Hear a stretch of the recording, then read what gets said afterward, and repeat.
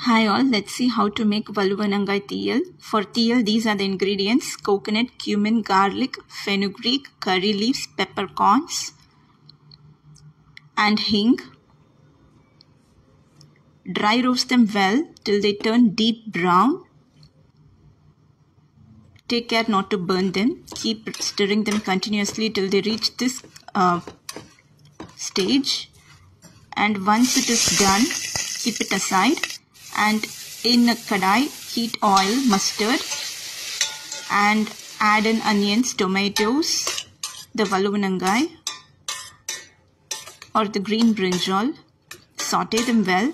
Add in the spice powders, chili powder, turmeric powder, roasted fenugreek powder, roasted cumin powder, roasted coriander powder, and roasted fennel powder.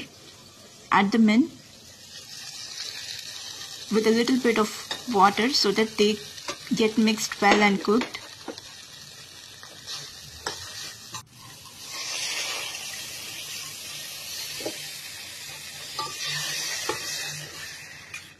Add in tamarind juice